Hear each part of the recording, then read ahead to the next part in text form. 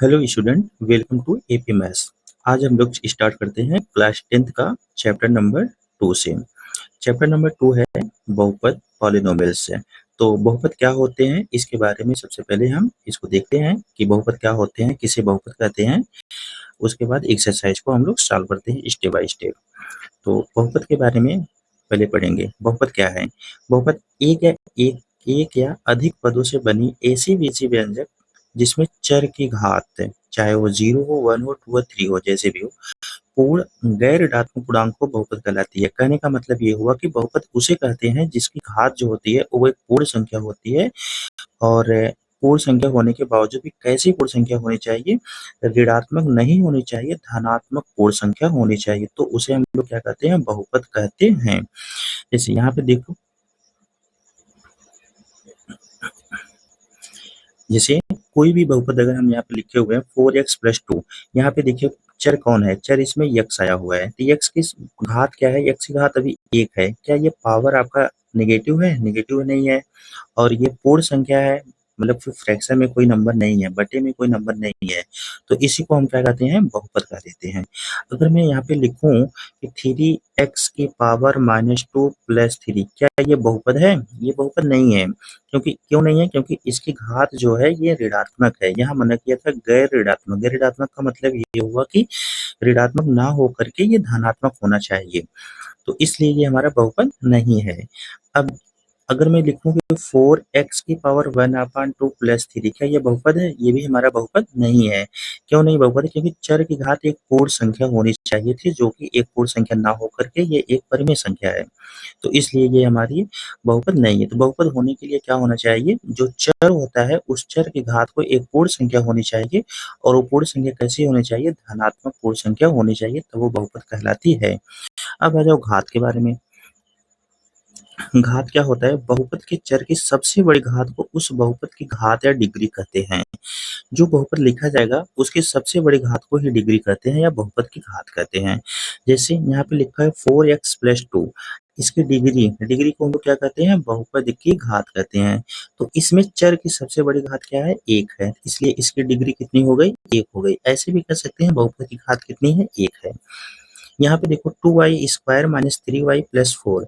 सबसे पहले ये देखो कि इसमें सबसे बड़ी घात चर की कितनी है? चर यहाँ पर भी है, चर यहाँ पर भी है, लेकिन सबसे बड़ी चर की घात कितनी है? 2 है।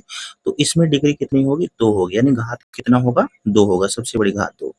इसमें आओ 5x³ - 4x² + x - 2। इसमें सबसे बड़ी घात यक्स की कितनी है? यक्स की मतलब चर की घात कितनी है? 3 है। तो इसलिए इसमें डिग्री कितनी होगी? 3 होगी। डिग्री को हम बार बार कहते हैं कि बहुपद की घात कहते हैं। तो इसमें बहुपद की घात कितनी है? 3 है। ठीक, आगे बढ़ते हैं। अब आ जाओ बहुपद के प्रकार में। बहुपद के प्रकार में पहले हमको पढ़ना है रैखिक बहुपद, द्विघात बहुपद, त्रिघात बहुपद। रैखिक बहुपद क्या होती है?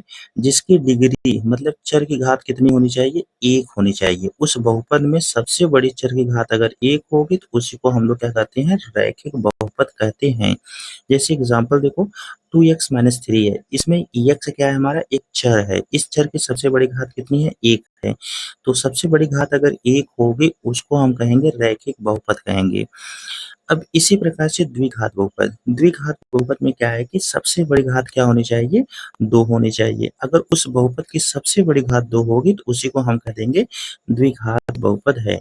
जैसे यहाँ पे x² - 3x - 4, इस बहुपद में देखो चर यहाँ x पर, यहाँ x है, तो इसकी सबसे बड़ी घात कितनी है? 2 है, इसलिए हमारा क्या कहलाएगा? द्विघात बहुपद कहलाएगा। त्रिघात बहुपद, इसमें पूरे बहुपद में आपको देखना है कि सबसे बड़ी घात क्या होनी चाहिए? चर की सबसे बड़ी घात 3 होनी चाहिए। तो चर की सबसे बड़ी घात कितनी है? 3 है, तो इसलिए इसे हम क्या कर देंगे? त्रिघात बहुपद कहेंगे। ठीक, अब आ जाओ बहुपद का मान और शून्यक। बहुपद का मान और शून्यक का मतलब, शून्यक का मतलब होता है कि उसमें कौन सी वैल्यू रखने पर उसको संतुष्ट कर रहा है। क्या रख चर के स्थान पे क्या रखने पर दोनों साइड इक्वल आ जा रहा है, वही हमारा शून्यक होता है। यहाँ पे लिखा हुआ है यदि px दिया है और x = k रखा जाए तो प्राप्त संख्या pk कहलाती है। इसका मतलब मान कहलाती है। ये मान निकालने के लिए, शून्य में ये मान निकालने के लिए करा है। जैसे यहाँ पे देखो pk sorry px P X is equal to X square minus 3x minus 4, ये एक हमारा बहुपद है।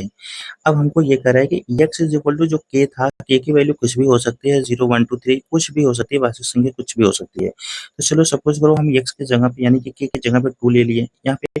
अब इसका मतलब क्या हुआ, p ऑफ 2, इसका मतलब हुआ कि मुझे x के प्लेस पे क्या पुट करना है, 2 को पुट कर देना है। x की जगह पे x जहाँ जहाँ पे x है वहाँ पे 2 रखेंगे, यहाँ पे 2 रखेंगे 2 की पावर 2, 2 2 जा 4, इसलिए 4 लिखा हुआ है।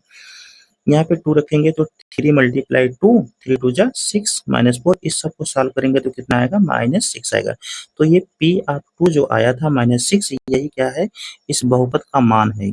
इस बहुपद का मान किसके लिए था, p ऑफ 2 के लिए था। अगर मैं आपसे कहूँ कि p ऑफ 3 ज्ञात करो, तो p ऑफ 3 कैसे निकालोगे, आपको क्या करना है, x की जगह पे जहाँ जहाँ पे चर है वहाँ पे आपको 3 रखना पड़ेगा, तो p ऑफ 3 की वैल्यू मिल जाएगी।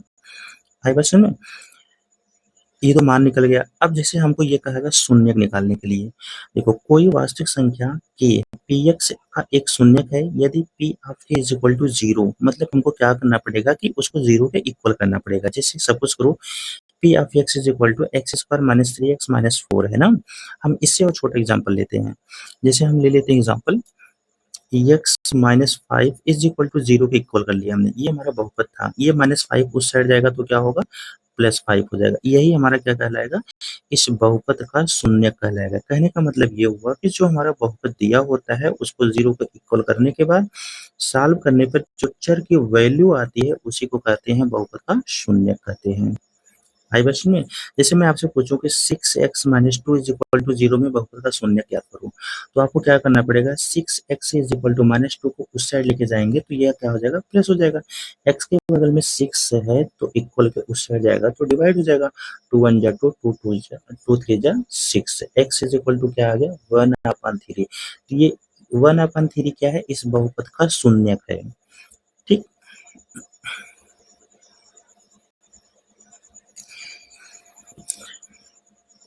शून्यकों का ज्यामितीय अर्थ है, ग्राफ से 0 से पहचानना है।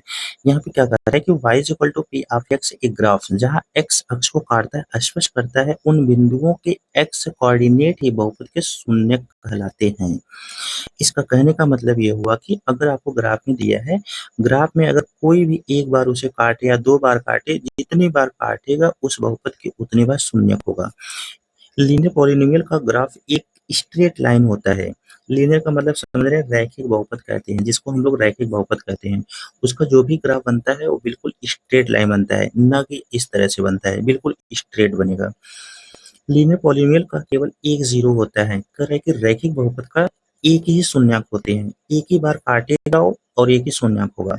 और क्वाड्रेटिक ग्राफ का पैराबोला होता है, अधिकतम 2 जीरोस होते हैं। इसमें कह रहा है कि इसमें जो ग्राफ बनता है इसको क्या कहते हैं, इसको कहते हैं द्विघात बहुपद कहते हैं। इस वाले में कितनी बार काटेगा, 2 बार। क्योंकि द्विघात बहुपद में क्यों 2 बार काट रहे हैं, क्योंकि द्विघात बहुपद में सबसे बड़ी घात कितनी होती है, 2 होती है, सबसे बड़ी घात 2 होती है, इसलिए इसमें 2 बार काटेगा। और इसमें सबसे बड़ी घात कितनी होती है, 1 होती है, ये 1 बार काटेगा। देखो क्यूबिक पॉलिनोमियल में कितनी बार होते हैं, कितने जीरोस होते हैं, 3 जीरोस होते हैं, तो ये इसको कितनी बार काटेगा, 3 बार काटेगा। जब 3 बार अगर क्रॉस कर रहे हैं तो ये क्यूबिक होगा, 2 टाइम्स कर रहे हैं तो क्वाड्रिक होगा, अगर 1 टाइम कर रहे हैं मतलब 1 टाइम कट कर रहे हैं तो लीनियर पॉलिनोमियल होगा।